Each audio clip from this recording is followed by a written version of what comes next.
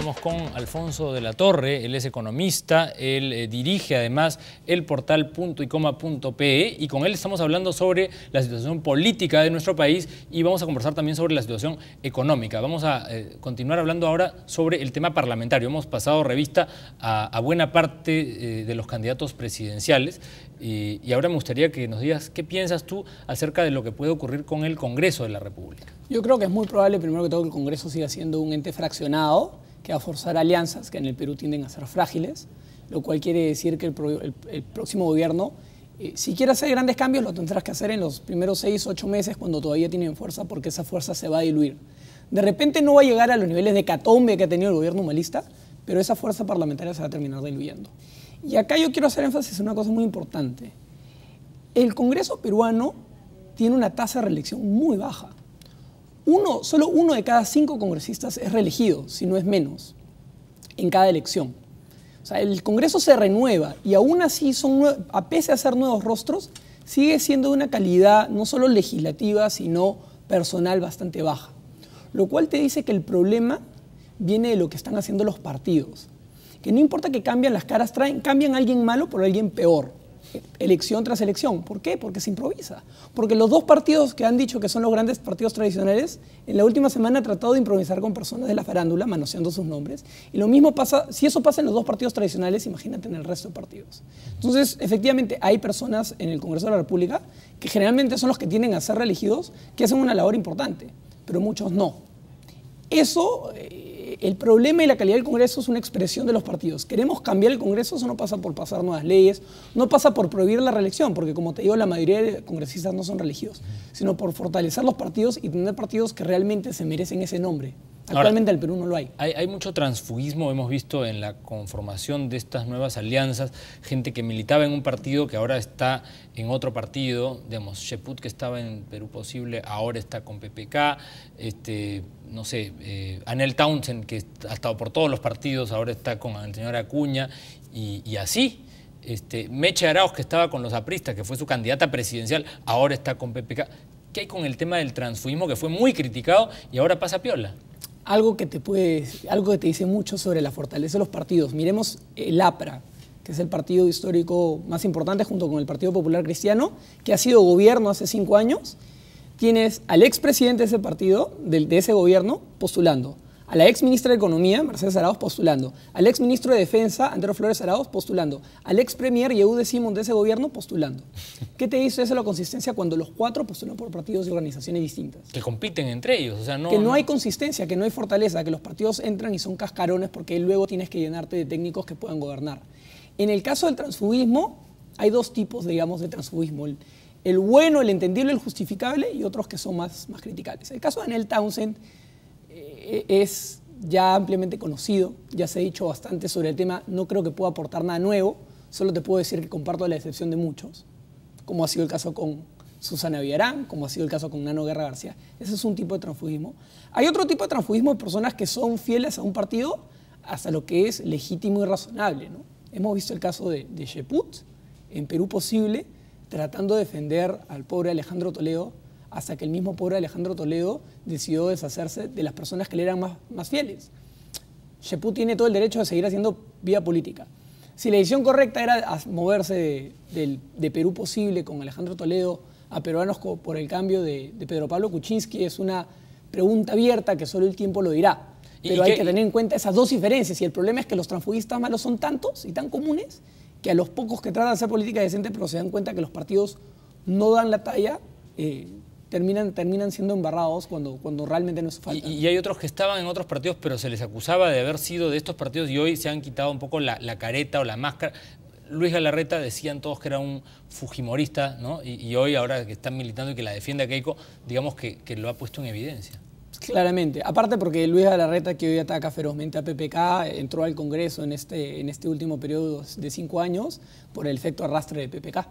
¿No? Eso te dice mucho sobre el caso de Luis Galarreta y podemos seguir. Y en el caso de la derecha que representa el Partido Popular Cristiano, en el caso de personas que se pierden o que se van de ese partido son muchos, ¿no? Desde Alberto Andrade, Antero Flores Arauz, el caso de Salvador Heresi y ahora tienes el caso de Galarreta. Son muchísimos. Y existe espacio ya para no personalizar esto, sino existe la posibilidad de que esta derecha también acusada de ser arcaica, que ser fascistoide, ¿no? Dé paso pues a un nuevo grupo de gente interesada en hacer política de una manera diferente, porque así como los extremos son malos, ¿tú ves la posibilidad de que nazcan nuevos liderazgos? Yo creo que sí. Cuando uno va a las universidades, uno ve grupos de jóvenes bastante interesados en hacer vida política digna, vida política al servicio del país. Lo que falta es organización, claramente. Falta mucha organización. A algunos de ellos no les queda otra que participar dentro de los canales existentes. ¿Por qué? Porque las reglas de juego que tiene el Jurado Nacional de Elecciones, en el que cualquier grupo de amigos que se sientan a comer un pollo a la brasa un viernes puede ser llamado partido político, no facilita eso, ¿no? Ahora, pero la legislación o la arquitectura normativa dificulta hoy la conformación de agrupaciones nuevas, sanas, efectivamente, bien porque estructuradas. permite la formación de que se le nombre partido cualquier grupo de amigos improvisado, y al mismo tiempo a los grupos que tratan de hacer las cosas bien se les ponen muchas trabas, y te explico por qué. Porque la plata como cancha es un factor fundamental para armar una candidatura política. Pero no debería ser así, No debería ser así. Y ahí es donde yo creo, por más que es un poco popular, que el rol de financiamiento público, bastante limitado y con bastantes revisiones y con bastantes controles, es necesario para los partidos políticos si es que queremos fortalecer las instituciones partidarias. Eso es un tema fundamental que no se discute, no se trata porque a nadie le conviene, porque quienes van ganando son los que no necesitan ese financiamiento público, y entonces seguimos en la misma dinámica y el mismo círculo vicioso de siempre. Ahora, pasemos revista ahora al tema económico. Tú eres economista, hemos revisado, creo, bastante bien el panorama político. ¿Cómo se ve el Perú, digamos, con los indicadores económicos? ¿Cuán detenida está nuestra economía en estos momentos? Porque siempre se ha dicho que la economía del Perú es una economía basada en los commodities, con poca industria. ¿Cómo está eso? Yo habría que dividir el análisis, o quisiera dividir el análisis de la economía peruana en el corto y en el largo plazo. En el corto plazo vemos una economía peruana debilitada, que está debilitada por un contexto internacional que no es favorable. Y no se trata de que el mundo esté en crisis. Cuando el mundo estuvo en crisis, las grandes economías pusieron todo su arsenal en acción y eso nos favoreció a nosotros. Pero ahora que la economía mundial o las grandes potencias están mejor, en el caso de Estados Unidos especialmente, el retiro de estímulos nos hace daño. Y China es un gran riesgo. Yo cuando estuve en julio te hablé de China como la economía bisagra, la que conecta a los mercados emergentes, a los países en vías de desarrollo con los desarrollados. China tiene serios problemas. En los últimos 7 meses ha tenido más de un episodio de pánico en la bolsa de valores. En cualquier país normal, acumular 3, 4, 5 episodios de pánico en un periodo de tiempo tan corto es señal de que algo serio se cocina. China es un país en el que a veces las leyes de la economía o de lo esperable son desafiadas, así que con esto no estoy haciendo una predicción, pero si hay algo que debería preocuparnos es qué sucede con China. Eso, más que la sobreregulación, más que la tramitología, que son temas importantes, es el principal riesgo de la economía peruana en el corto plazo. Ahora, una cosa muy importante para el tema del largo plazo. Cuando nosotros hablamos de la economía peruana que ha crecido, cuando hablamos del crecimiento de 6 o 8%, hay que entender que eso fue porque teníamos una economía que hizo algunas cosas bien y otras no. Esta no es una década perdida, eso sería injusto decirlo. Tenemos estabilidad macroeconómica, tenemos un Estado que no está endeudado, tenemos un Estado que tiene ahorros, tenemos un Banco Central que se maneja de manera adecuada. Esos son puntos positivos y esta década buena se aprovechó para hacer bien las cosas a ese nivel. ¿En qué no lo aprovechamos? En que seguimos siendo una economía que no se diversifica. Y hay dos maneras de entender la diversificación. Una es pensar, y con eso hablaba cuando mencionaba la idea de la candidata joven con ideas viejas. No se trata de hablar de industrialización y que tenemos que estatizar o que tenemos que elegir industrias estratégicas. Es muy difícil, por más que el Estado peruano ponga todas sus intenciones, que pasemos de un día a otro a construir chips de computadora desplazando a Corea del Sur. Pero hay industrias, más allá de la minería, que podríamos potenciar si tomamos medidas bastante puntuales que fortalezcan eso. Y lo que ha hecho el ministro Piero Gessi en el Ministerio de la Producción, más allá de ciertas discrepancias que yo pudiera tener sobre temas específicos, es bastante positivo. Me interesaría mucho escuchar a los candidatos presidenciales decirme si es que ellos piensan continuar con esa labor o no. Porque es muy importante. Porque, de hecho, todos los países, Chile, los Estados Unidos, tienen una política industrial. Digamos, no es que la mejor política industrial sea no tener una, sino que hay, ¿no? Una tiene idea que clara de hacia dónde ir. Y esto es una idea que se discute en los Estados Unidos, que se discute en Europa, que se discute en países que no son estatistas en lo absoluto. Que haya una política de industria no significa que otra vez tengamos que tener industrias favoritas. Hay bastantes estudios modernos sobre cómo se hacen las cosas. Si vamos a hacer una política de diversificación como la industrialización de los 70 que intentamos aquí, mejor no hagamos nada. Claro.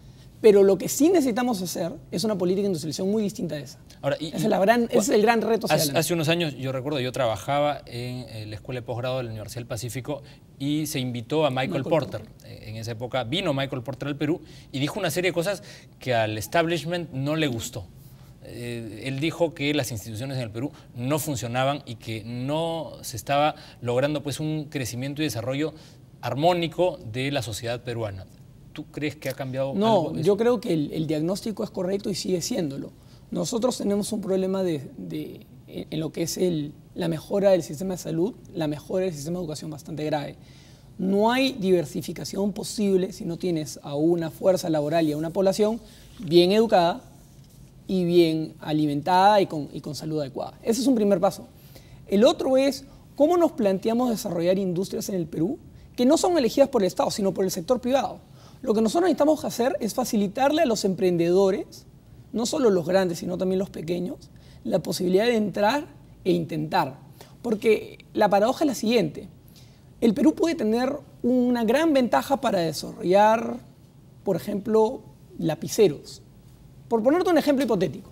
Porque tiene una ventaja competitiva. Digamos. Exacto. Y si yo soy un emprendedor, si yo soy el primero en entrar, yo puedo recibir un beneficio, es que si yo entro primero y hago bien las cosas y la apuesta sale bien, perfecto. Pero el problema es que entonces van a entrar otros que se van a beneficiar de mi esfuerzo.